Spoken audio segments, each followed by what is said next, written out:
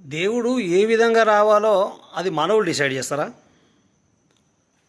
దేవుడు ఈ విధంగా రావాలి, ఈ రూపంలో రావాలని చెప్పేసి మానవులు డిసైడ్ చేస్తారా? దేవుడు ఎక్కడెక్కడ ఏ ఏ రూపంలో రావాలో ఆయన డిసైడ్ చేసుకుంటాడు. అంతేగాని మానవుడు డిసైడ్ చేయలేరు. అది ఆయన యొక్క అద్భుత శక్తి.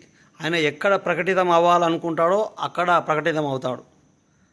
అలాంటి రూపాలలో వచ్చిన దేవులలో బాబా గారు ఆయన యొక్క లీలల ద్వారా ఆయన దేవుడు అని చెప్పేసి అందరు గ్రహించారు. కానీ ఎక్కడైనా నేను దేవుణ్ణి నన్ను చూడూరి అని చెప్పేసి పెద్ద షో చేయలేదు. ఆయన హృదయ పరివర్తన చేసిండు. చాలామంది లోపల చాలామంది హృదయాలను పరివర్తన చేసి మంచిగా జీవించాలి, మంచిగా బతకాలి, మనం సొసైటీలో మనకంటూ ఒక గౌరవం ఉండాలని చెప్పేసి ఎంతోమంది మూర్ఖులు కూడా మంచిగా బాబాని నమ్మిన తర్వాత. అలాంటి గొప్ప దేవుడు ఇవాళ కోటాను కోట్ల మంది బాబాని నమ్ముతున్నారు. కోటాను కోట్ల మంది. ఆయన సొంతంగా నన్ను నమ్మురే అని చెప్పేసి ఎక్కడ ప్రచారం చేసి డప్పు కొట్లే. ఎక్కడ అందరికీ జరిగిన లీలల ద్వారా బాబాని నమ్ముతున్నారు. ప్రతి ఒక్కరికి అద్భుతాలు జరిగినాయి. అందుకే ఇలా బాబా గుళ్ళు అందగానం పిలుస్తున్నాయి. ఎవడు సొంతంగా ఏదో టైంపాస్కు అడ్వర్టైజ్మెంట్ కోసం కడతలేరు. వాళ్ళ లోపల ఏదో తెలియని ఒక అద్భుతం జరిగింది కాబట్టి బాబా గుళ్ళు కడుతున్నారు ఈరోజు.